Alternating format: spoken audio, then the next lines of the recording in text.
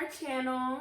Yes, guys, welcome back. Ugandan Millennials here, but we are back to talk about something that's very sensitive for us, and this is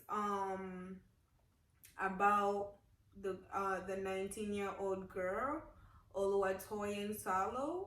I don't know if I'm pronouncing her name right, but in case I'm not, no backlash, please. So, who is she? She was a high school graduate, and most important thing is she was a Black Lives Matter activist.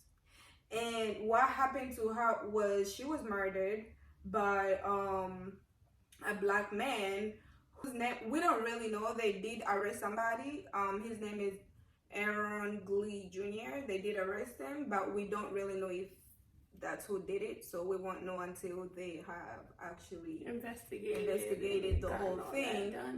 Right. But I think what hurts us the most is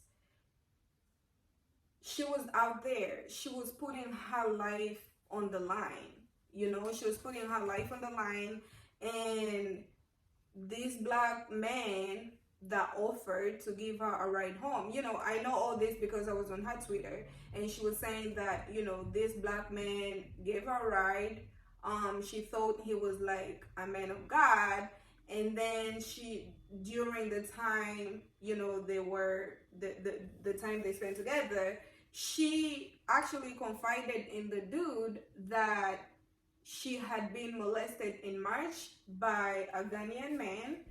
And, obviously if somebody tells you something like that, it's like they trust you, or they have some type of trust, and they feel like, because venting is good for everybody and mostly survivors. So it's like, I feel like she told him all that. She felt like she was seeking refuge, right? And he offered it. So, someone seeking refuge needs to know your story and what you're afraid of and what has happened to you. So they know about you, at least the little time that they are around you, at least they know what not to do, what to say, and not what to say. Because that's the reason why people confide in people. People confide in you, so you don't do the things that hurt them in the past, the things that caused them trauma. The fact that she told this man that she was molested, and he went ahead and actually did sexually abuse her, that is crazy. I feel like that's crazy. And then also one of her tweets, she did say that the man went in the bathroom, and as he was using the bathroom, he didn't close the door, and he left the door open so she could see directly into the bathroom, and she saw his penis. So by her saying that, I think she was alarmed by that, because I just told you that I was sexually assaulted. So why would you even do that to me? So that was so sad. But I feel like one thing that we really, really need to talk about, we're not gonna go deep into sexual assault, but we just want to talk about, like, Black women are always being mistreated. And I feel like it's terribly sad and just the worst for a person to go to someone of their own kind, and that's the number one person that disappoints them. Like, as Black women, we should be able to lean on the Black man for support and for refuge. But for that same person to take advantage of you, who can you turn to? She couldn't turn to her family. She really couldn't turn to her friends, who were the ones helping her.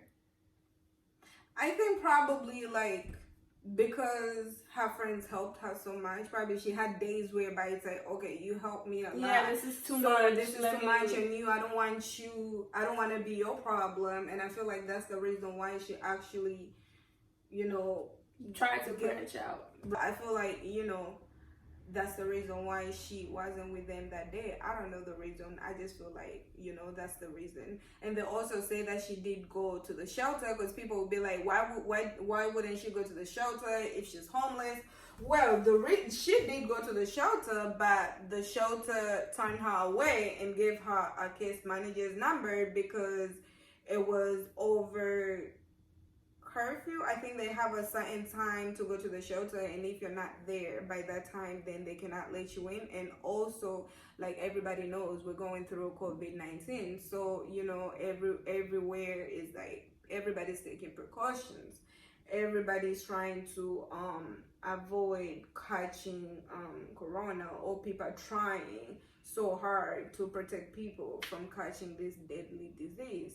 And I want to actually read one tweet that actually broke my heart. Like, it really, really broke my heart. With this one, she actually said, the same niggas I'm risking my life for are the same niggas who are convinced they are stealing away my innocence, or you're not knowing I'm standing on a road. Therefore, I can never be broken or robbed.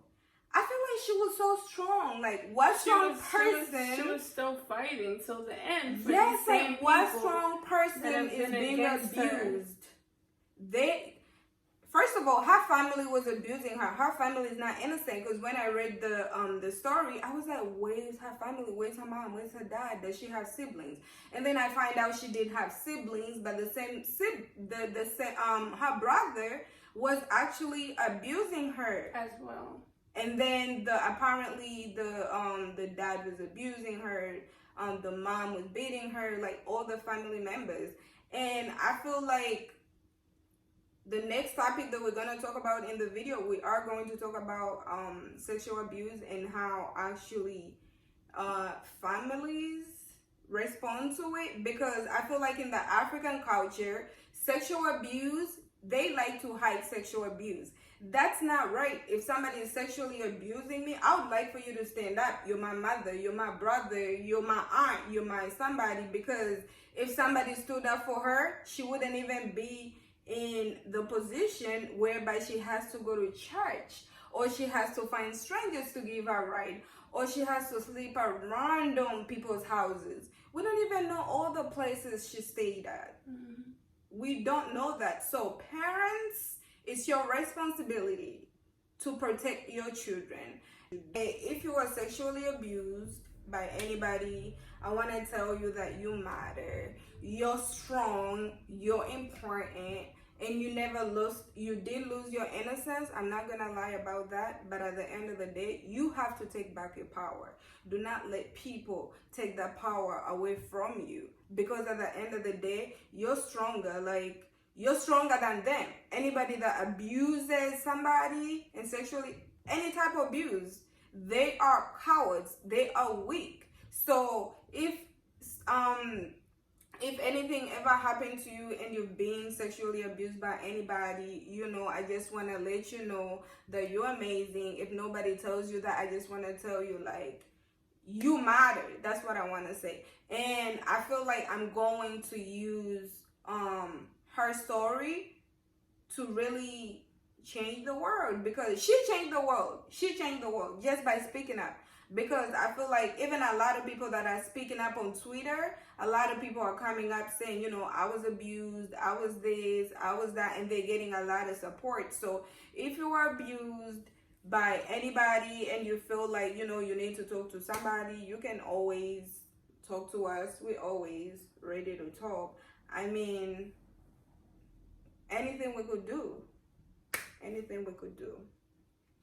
Yes. And if you need any type of hotlines or anything, take your time when you're speaking out. Nobody's always pressuring you.